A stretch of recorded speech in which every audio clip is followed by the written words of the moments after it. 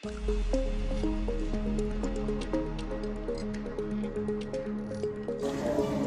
komunikasi informatif.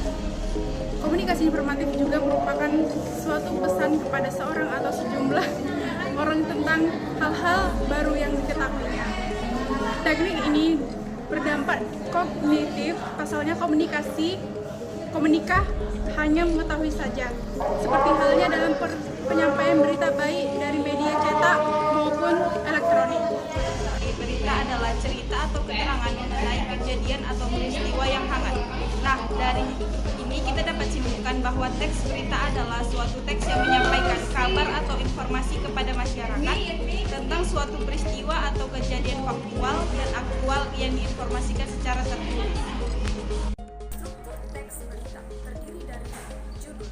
Judul sangat penting dalam suatu berita karena berperan sebagai pemikat membaca untuk membaca isi dari teks berita. Untuk itu, judul harus dibuat semenarik mungkin agar dapat memancing rasa penasaran pembaca. Kepala berita. Kepala berita memiliki lingkup bahasa yang lebih besar. Artinya, ada banyak informasi yang disajikan pada bagian ini. Informasi penting adalah berita memuat unsur adiksimba. Umumnya, pada bagian awal berita ini, penulis akan mengawali informasinya dengan menyajikan 4 unsur, yaitu apa, di mana, kapan, dan siapa. Selanjutnya adalah tubuh berita atau body.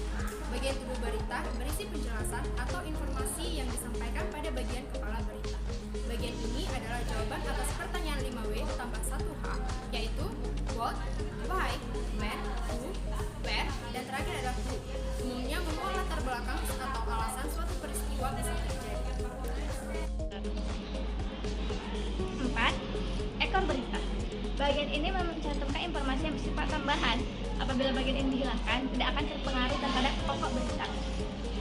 Contoh teks berita tentang varian COVID-19. WHO, Omikron lebih cepat menular daripada Delta. Lemahkan vaksin. Penelitian data awal oleh Organisasi Kesehatan Dunia seperti WHO menunjukkan COVID-19 varian Omikron lebih cepat menular ketimbang Delta dan dapat melemahkan vaksin yang ada saat ini. Berdasarkan data yang ada saat ini, Omikron kemungkinan bakal mengalahkan varian Delta di tempat di mana terjadi penularan antar masyarakat. Demikian pernyataan WHO yang dikutip AFP. Merujuk pada data yang dihimpun WHO, saat ini Omikron sudah menyebar di 63 negara. Mereka melihat Omikron cepat menyebar di Afrika Selatan, di mana varian Delta tak mendominasi. Mereka tetap mencatat penyebaran cepat COVID-19 varian Omikron di Inggris, yang kasusnya secara kesembuhan sebenarnya masih didominasi Delta. Meski demikian, menegaskan bahwa data yang ada saat ini masih kurang. Mereka pun belum dapat memastikan bahwa tingkat melawan Omikron lebih tinggi karena lebih mudah merespon imun atau memang lebih cepat menular. Selain itu, WHO juga menyatakan bahwa data awal menunjukkan Omikron menyebabkan menguranginya efikasi vaksin terjadi infeksi pada COVID-19. Terlepas dari temuan tersebut, WHO menekankan bahwa infeksi virus corona varian Omikron sejauh ini hanya menyebabkan gejala ringan. Mereka masih mengumpulkan data untuk menentukan tingkat keparahan klinis Omikron. Penelitian ini masih terus dilakukan setelah Afrika Selatan melaporkan temuan varian baru tersebut ke WHO 24 November lalu.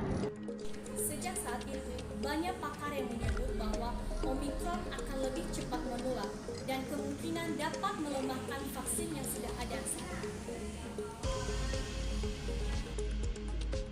Kendati demikian, sejumlah produsen vaksin menyatakan bahwa suntikan mereka masih efektif untuk melawan Omikron. Pfizer atau BioNTech bahkan menyebutkan bahwa 3 dosis vaksin yang mereka buat itu efektif untuk melawan atau menyangkal varian baru itu. Terima kasih.